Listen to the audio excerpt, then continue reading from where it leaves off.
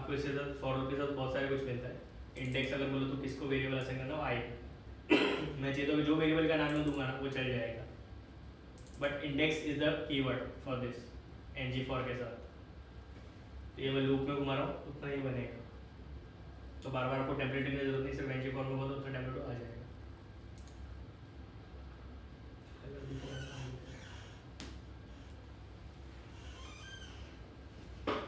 NG for में कुछ doubt है? वैसे प्रैक्टिस करो तो और समझ में आएगा।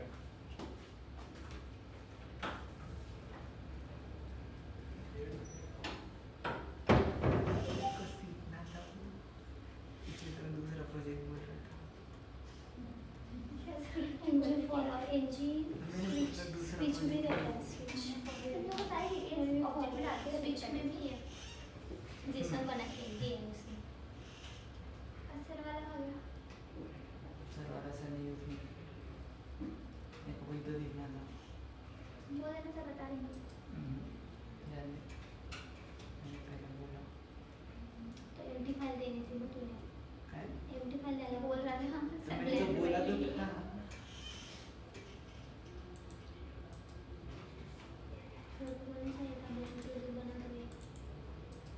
तुम्ही बोला पाहिजे मी एकटा ये बोलतो. बोलला ना की पण तू तुझा प्रोजेक्ट आहे, तुझ्या प्रोजेक्ट मध्ये तुला करायचं असेल तर तू कर. अरे मैंने नहीं तुझी बोला तो पद्धत. बता रही इसको, मैं बोल रहा था कि दूसरी नहीं कर रहा. चल जाएगा तो इसको.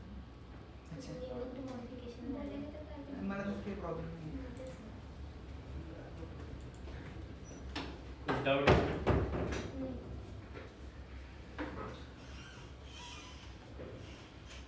अगर आपको और पता करना है एनजी फॉर के बारे में, यहाँ जाना,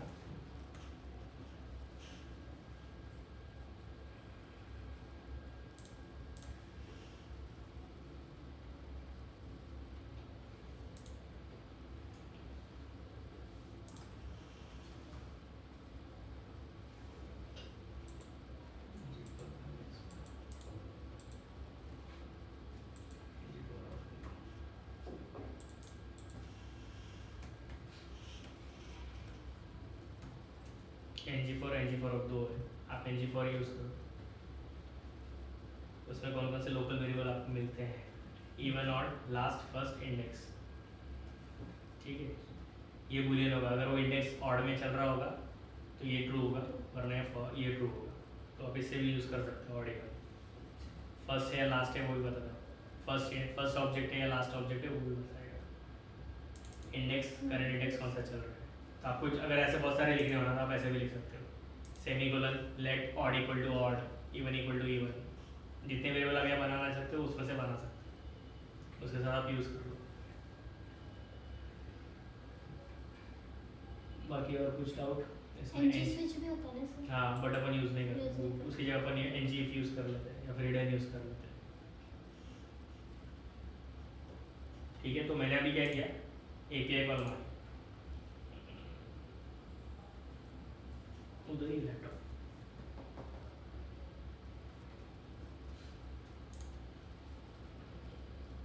अब आपको दिखाना था वो कंसोल। पहले में चला अनडिफाइंड, दूसरे में चला इन एजेक्स, उसमें एरे दिया उसने सेम ही दिया, तो पता चला ना एजेक्स के बाहर लिखा तो पहले वो चल जाता, बाद में अंदर ये यहाँ से प्रूव हो जाता, ठीक है। तो याद रखना, कुछ प्रोसेसिंग भी करनी हो, कुछ करना हो तो यू कैन यूज़ इट। अब सेकेंड, सपोज सारे कैंडिडेट नाम है ना अपर केस में चाहिए, आई अपर केस,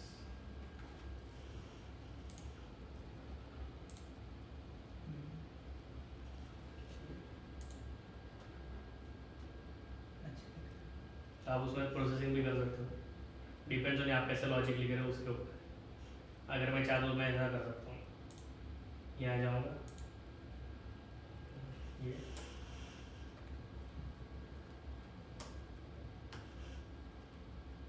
फॉर ईच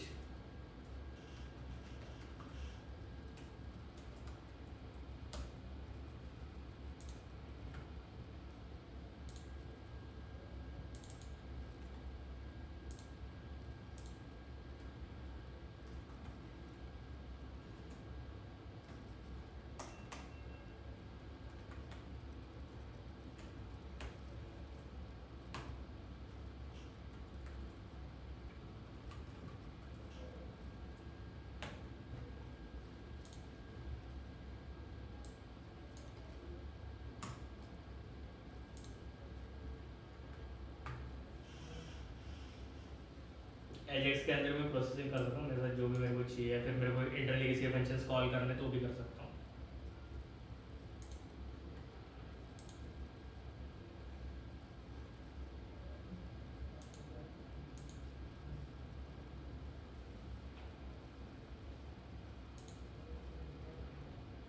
ये प्रोसेसिंग करने के बाद नहीं आ लिया कंसोल इसके लिए, ठीक है। समझ में आया? देखो मैंने उसके ऊपर लूप घुमाया, उसके वेरिएबल्स को चेंज किया। सिंस ऑब्जेक्ट्स आर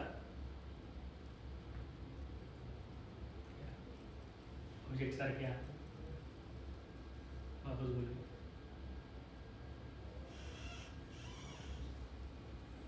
बताओ मेरे को। क्वेश्चन नहीं समझा। नहीं समझा? ठीक है। मैंने ऊपर की को चेंज किया, की के डेटा को चेंज किया, ठीक है। मैंने किसको चेंज किया? कैंडिडेट एरे को, ठीक है। लेकिन मैंने एजेक्स में लिखा है कंसोल में जिस डॉट जेसन डेटा, तो वो क्यों चेंज हुआ?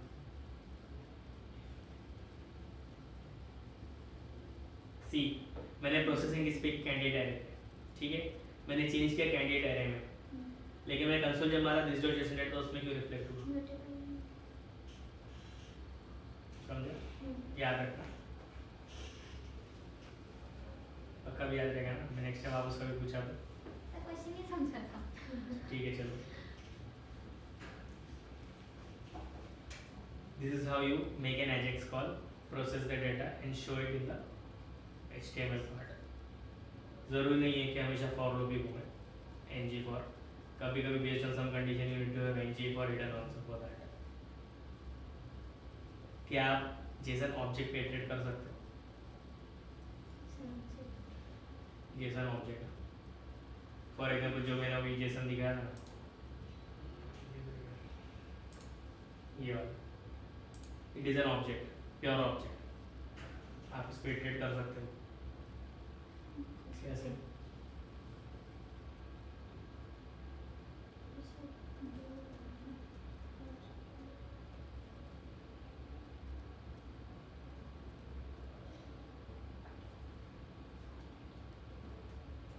दो चाहिए ना और मैं पकड़ के चला, मेरे को रेस्पॉन्स के अंदर का इटरेट करना है, बाकी मेरे को लेना देना नहीं। रेस्पॉन्स ऑब्जेक्ट जो है उसको इटरेट करना है। तो एनजी पर पॉलिसी से चलता है ना। क्या करोगे? ng for each जैसा चलता है, बट वो एक एरे में से उठा, एरे के ऑब्जेक्ट उठा, यहाँ आपको ऑब्जेक्ट में से उठाना है, कैसे करोगे? इंडेक्स का ये इंडेक्स ही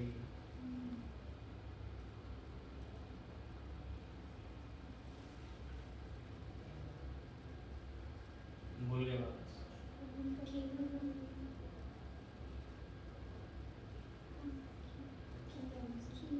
हाँ तो की वैल्यूज कैसे उठाते?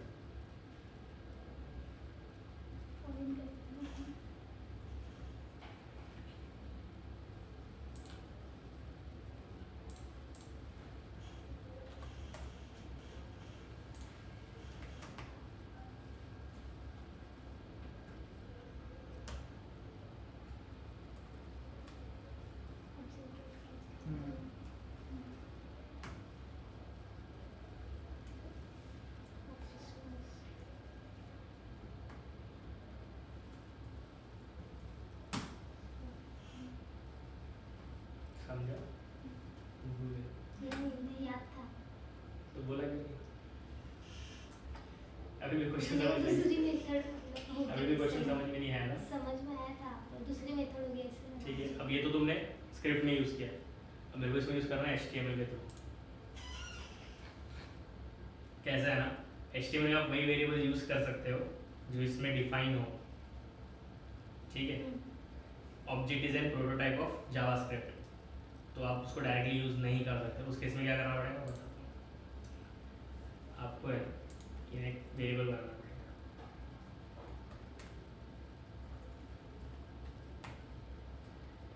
मैं एक बता देता हूँ, अगर आप कभी भी प्रोटोटाइप यूज़ कर रहे हो, प्रोटोटाइप मतलब ये जैसे ऑब्जेक्ट है, ठीक है, तो उसको आप चाहिए तो कैपिटल यूज़ कर सकते हो, बिकॉज आपको समझ जाएगा ये प्रोटोटाइप है जो मैं इंजेक्ट करवाना चाहता हूँ।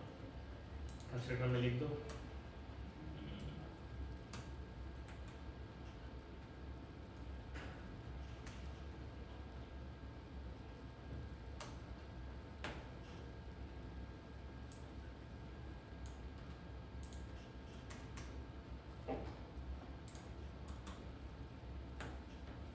ऑब्जेक्ट का पूरा जो प्रोटोटाइप था वो मैंने दिस डॉट ऑब्जेक्ट में ले लिया, ठीक है।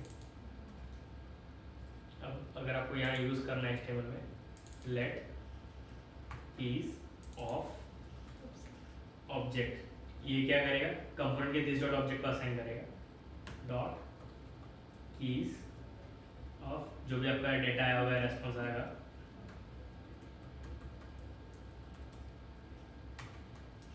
ठीक है, डन। ये आपको दे रहा है कीज। अब इसको यूज़ करना है तो कैसे होगा, यहाँ सपोज आपका डेटा डॉट रेस्पॉन्स था लिखा हुआ, मैं वापस रिवर्ट करूँगा, don't worry, data dot response of, because अभी की सारी स्ट्रिंग में एंड ये इट विल बी डायनेमिक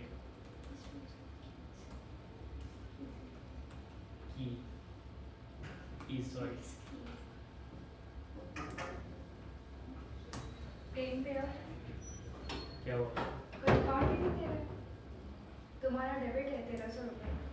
मेरा अकाउंट ही छोड़ दो, नहीं मेरे को 2,000 रुपये, 1300 और डेबिट जाएगा, 700 पे आउट कर दूँगी। 2000 रुपये मेरे यहाँ से अकाउंट निकाला तो उसमें टैग पहले से उसमें नुकसान चल रहा है, 1300 ही डेबिट है तेरा।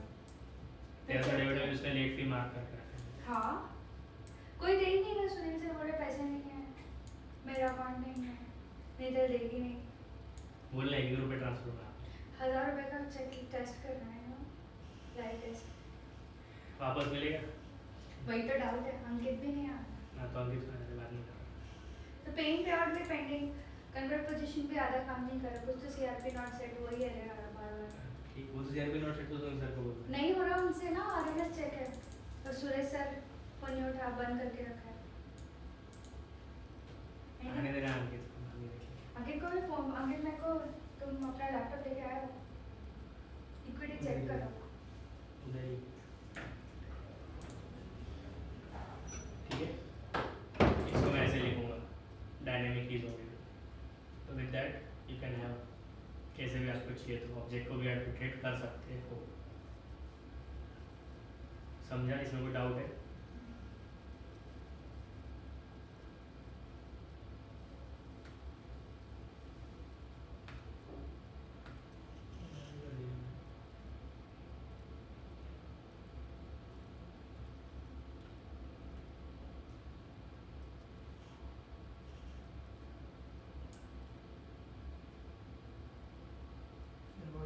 और एक बार है अंडू करो, रिडू,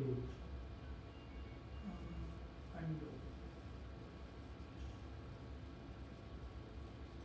नहीं आपने किया था, ठीक है, इसमें कोई चेंज नहीं किया मैंने, ऐसे भी ऑब्जेक्ट लिया।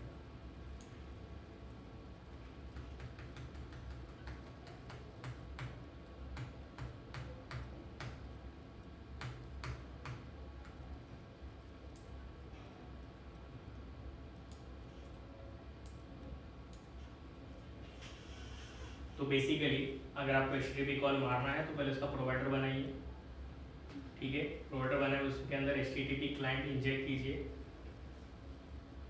उसके बाद HTTP क्लाइंट मॉड्यूल आपके मॉड्यूल में इंपोर्ट कीजिए, उसके बाद आपका जो आपने प्रोवाइडर बनाया था उसको एज अ प्रोवाइडर में ऐड कीजिए मॉड्यूल के अंदर, देन आपकी जो एजेक्स कॉल है उसका एक फंक्शन बनाइए, ठीक है। अब इसमें सिर्फ एक चेंज रहेगा आपका, ये सेम है एज इट इज, यहाँ URL won't be hard coded, ठीक है। आपको एक और प्रोवाइडर बनाना है, ठीक है, उसके अंदर सारा सेट ऑफ URL रहेगा एक साथ, and you know how to get it, कैसे, यहाँ उसको इंपोर्ट मारोगे इधर, यहाँ उसको इंजेक्ट करोगे, एंड यहाँ उसके कुछ फंक्शन गेटर सेटर जैसे आप बनाते हो, तो आपको आपके केस में आपको सिर्फ गेटर बनाना है, सेटर तो आप ऑटोमेटिक पहले से सेट होता है, आप वो ले सकते हो। तो यहाँ आएगा आपको get mark this dot, suppose आपने क्लास का नाम रखा है API URLs, तो this dot API URLs dot get candidate JSON, ये कैंडिडेट, तो आपको यहाँ URL पेस्ट कर देगा ऑटोमेटिक, रिटर्न होगा ना वहाँ से स्ट्रिंग, तो यहाँ ऑटोमेटिक हो जाएगा जैसा आपको चाहिए आप can use it.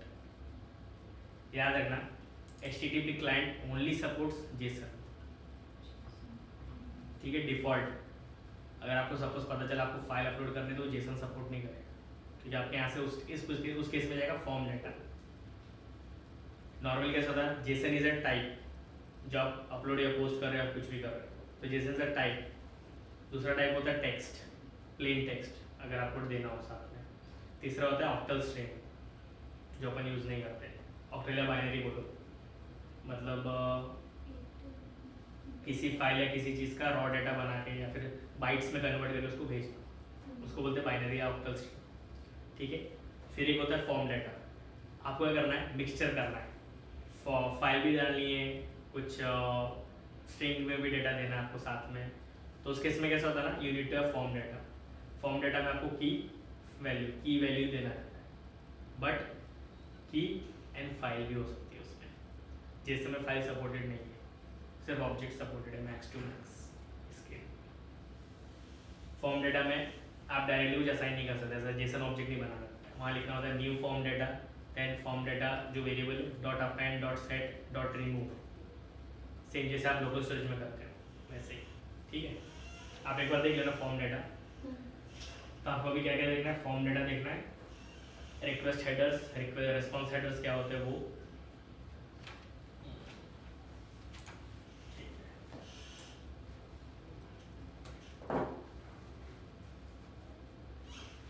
Now from here repeat the steps, मैंने क्या क्या बोला।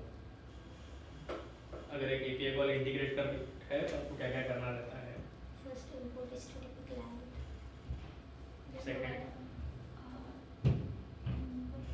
इंजेक्ट करने का यस, प्रोवाइडर उन्होंने भी बीच में से शुरू किया। हाँ स्टार्टिंग में होता है HTTP क्लाइंट,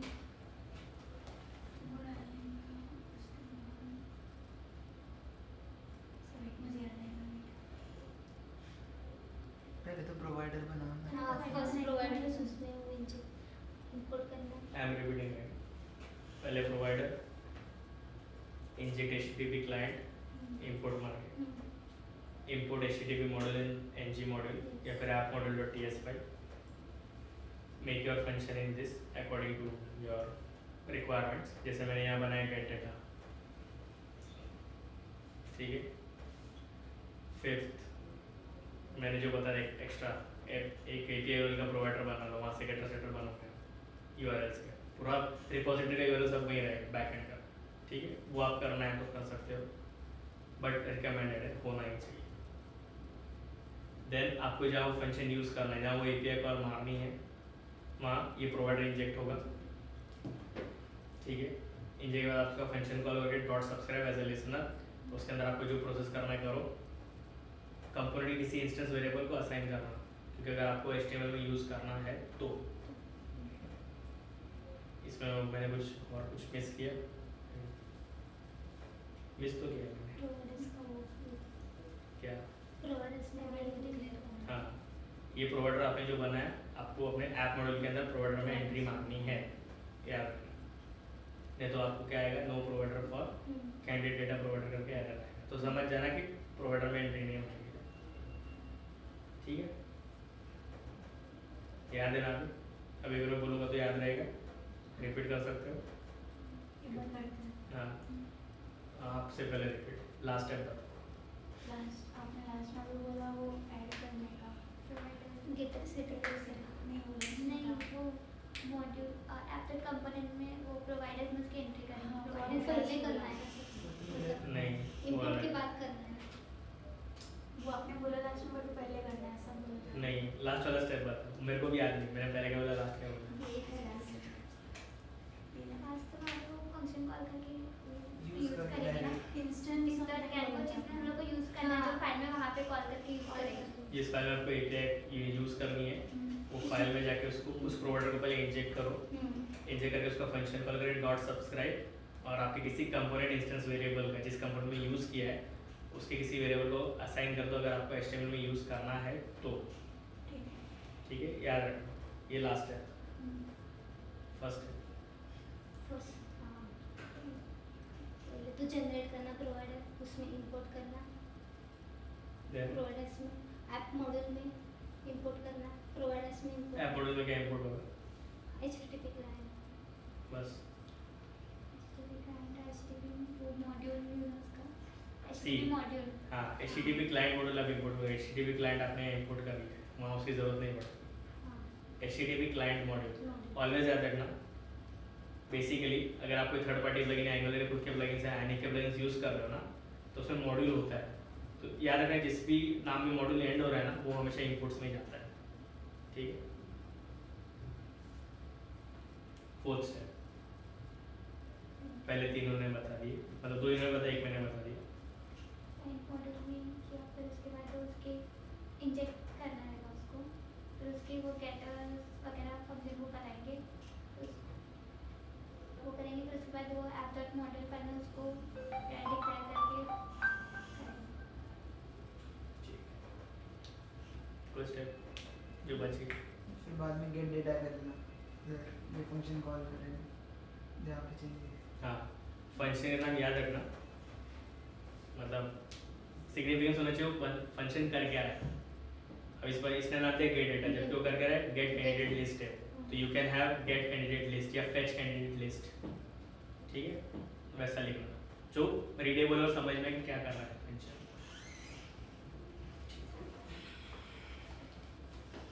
तो फिर API जो कॉल रहेगा मैंने अपन सर्वर को देंगे तो वो भी इधर ही लिखना पड़ेगा। मैं बोल रहा हूँ ना कि अलग से फाइल बनाना प्रोवाइडर API URLs करके कुछ भी नाम दे दो या backend URLs repository whatever you know, वहाँ ये URL बनेगा। कैसा होता है ना, अपना ये चल रहा है, ये चल रहा है लोकल होस्ट पे। ठीक है, आप जब इसका APK भी बनाओगे तो ये चलेगा फाइल एट्रीब्यूट पे। कभी चेक किए फाइल वाला प्रोटोकॉल मालूम है, FTP प्रोटोकॉल? हाँ, तो उसका जब आप लिखते हो प्रोटोकॉल कैसे फाइल कोलन डबल स्लैश, और अगर आप ये लिख रहे हो लोकल होस्ट तो HTTP कोलन, तो HTTP प्रोटोकॉल और फाइल प्रोटोकॉल आपका जो APK चलता है वो उसका नेट से कोई लेना देना नहीं unless and until it is required for an AJAX call. तो क्या करता है फाइल एट्रीब्यूट से उठाता है, आपकी फाइल्स पहले से एक असेट्स में वहाँ पड़ी रहती है APK के अंदर, वो वहाँ से उठा के वो डिस्प्ले करता है एक्चुअली। तो वहाँ चलता है APK के अंदर चलता है फाइल एट्रीब्यूट पे, बट यहाँ चलता है आप जब रन करते हो लोकली तो लोकल होस्ट पे चलता है। ठीक है, अब लोकल होस्ट से आपको बैकएंड का URL हिट मारना है, वो एक अलग डोमेन होता है पूरा, वो लोकल होस्ट नहीं होता, वो होता है कुछ IP या URL कुछ दिया होगा वो।